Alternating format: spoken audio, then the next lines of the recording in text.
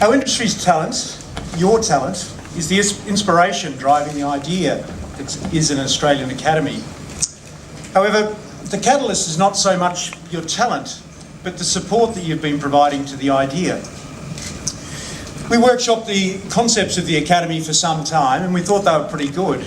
But when we lit the fuse and put them out to broad consultation in June, we weren't quite sure exactly what would happen.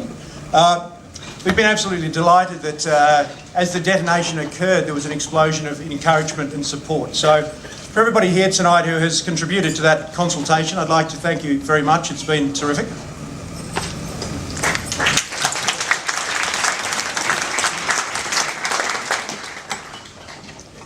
Briefly, our aim is to create a dedicated peak peer assembly that serves Australian screen professionals very well. Our Phase 1 model has 15 chapters.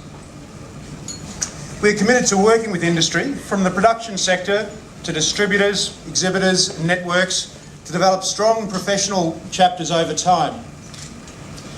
The Academy will be governed by an honorary council. The council's aim, or the primary objective, is to help develop policy that enhances the way we identify, reward, celebrate and encourage excellence and success. We believe there's no shortage of that here, and we believe there'll be a lot more. The Honorary Council will include AFI directors, representatives from each screen guild or professional association. It also includes leading industry professionals from distribution, exhibition, networks, that's broadcast networks and screen culture organisations. The recruitment process is underway and it's based on achieving a balance of film, television and documentary representation, as well as all of the different professions, also looking at gender, geography and age. We're delighted to be able to reveal some of the council tonight.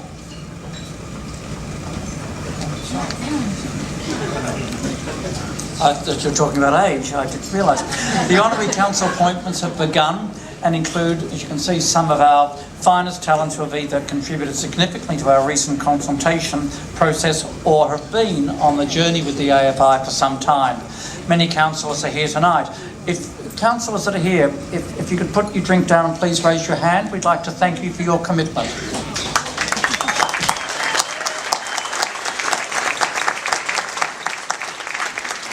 We appreciate those who have agreed to be a part of the Honorary Council, because this is crucial to our ongoing development, and we're looking forward to working with you and working with the industry generally, as well as approaching the AFI directly. There's now another path via the Honorary Council. Another key proposal of the Academy was a new voting model for feature film. We're delighted that the model proposed, a two-step model similar to the AMPAS model, has been very well received. It's obviously a very well recognised and understood model internationally. We're pleased to announce this will be implemented this year. It's a more rigorous model, and being multi-step, it also creates a much better promotional trajectory or platform leading into the awards ceremony. The ceremony itself will move to January into what we know as the International Awards Alley, and this is designed to create a much greater global profile and integration. A small number of new acknowledgements recognising the finest achievements regardless of geography will link into key global conversations and catch up as to where the key talent is actually located. In last year's award cycle, Australians worked on both films vying for global prestige, such as Hurt Locker and Avatar, and an AFI winning short film, Miracle Fish, went on to an Oscar nomination. In this last year, an AFI winning short, The Lost Thing, went on to win an Oscar, and in a first among the many other Australian nominations achieved, two were Australians playing Australians, both Jackie Weaver and Geoffrey Rush. Additionally, Australians won Oscars on both of the big films of the year, The Social Network and, of course, The King's Speech. That's right. We think it's absolutely amazing what's happening nationally and internationally with Australians. And these achievements have inspired the Academy's new identity, what's to be a mark of Australian excellence designed to resonate globally. Whilst we won't see the new identity for a few minutes, in advance I'd like to thank Stuart O'Brien and Ogilvy and Mather for the incredible work they've done to develop this new identity. The new statuette we'll reveal has been designed by a terrific sculptor, Ron Gombok, and the way we'll see it tonight as well on screens has been done by digital pictures. It's something that's absolutely outstanding, so we look forward to showing that to you in just a few moments. But before we reveal the new identity, we need to thank all of our very valued partners. In particular, Samsung Electronics Australia, been a long-term partner of the AFI, who now continue their naming rights sponsorship, and that'll be for the inaugural Australian Academy Awards. You've probably seen their LED screens around tonight, or the Galaxy Tabs. They're a great technology partner, so thank you, Samsung, for all of your support.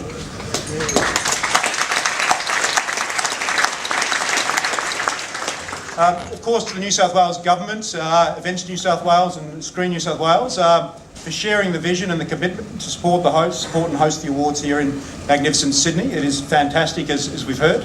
And Screen Australia, long-term partners of the AFI. Huge thanks tonight go to the Nine Network for your support for a 7th consecutive year of broadcasting the awards. We're looking at a number of major new developments to the broadcast. It is moving to January. For the inaugural Academy Awards, at least, there'll be a number of large anniversary moments, looking at the rich heritage that we have. And there'll also be an opportunity to look forward to a lot of the much anticipated productions coming into 2012. So we think there's scope to make a really fantastic program that really showcases our best and brightest with the Nine Network. So thank you, Nine. We have been working with a new communications partnership with Aegis Media. That's made some of this happen, which has been great. That's Harold Mitchell's company. In particular, Spark and their GM, Vaskatos, who's done an amazing job with all of this, and their terrific web design agency, Visual Jazz. Yeah, they're great. Good. We're also pleased we're warmly welcoming Ernst & Young as the new accounting and auditing partner for the next 3 years. A lot of partners have stepped forward, signed up, and they're on the journey, and we're delighted with all of that. So thank you all. With sincere thanks and gratitude to our valued continuing partners, Digital Pictures, for their state-of-the-art content creation and production, which is on show, of course, this evening. The Movie Network channels, to Madman, also the professional legal services of Trescott Lawyers, the NFSA, and Napoleon Purtis. Also, how could we not thank our valued beverage partners, who we shall enjoy this evening?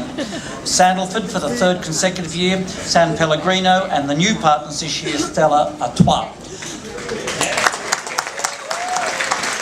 A new awards history has begun on the Academy website, and we thank Richard Brennan for his contributions. I think Richard's only about, 19, 18. He's one of these internet freaks. Tonight's event is also produced by David Grant and the talented DG3 team. Thank you to all our sponsors and to all our partners.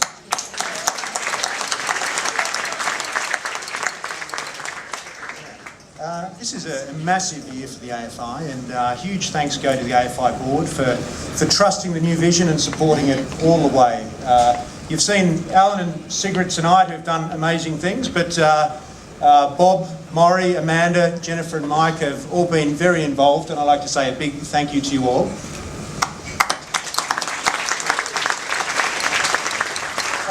And finally, really enormous thanks go to the AFI staff.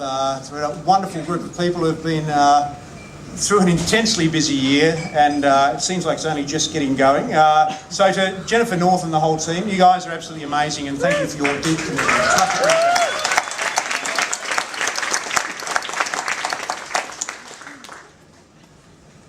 I'm about to talk about someone who is considered the statesman of Australian film. You know Dr. George Miller? He accepted the role of inaugural patron of the AFI in 2001. He's a producer, a director, a writer. His credits include multi-award-winning films such as, you may have seen some of them, Happy Feet, Mad Max, Babe, The Witches of Eastwick, Dead Calm, The Year My Voice Broke Flirting, and Lorenzo's Oil. His production company, Kennedy Miller, has won more than 25 awards. In addition to that, various international awards, such as Oscars and Golden Globes. He's also chairman of the Byron Kennedy Award, which is presented in association with the AFI and has recognised emerging innovators in the film and television industries since 1984. What characterises all of George Miller's work is an acknowledged desire to reach out to audiences both at home and abroad, to draw them in with classic but innovative storytelling.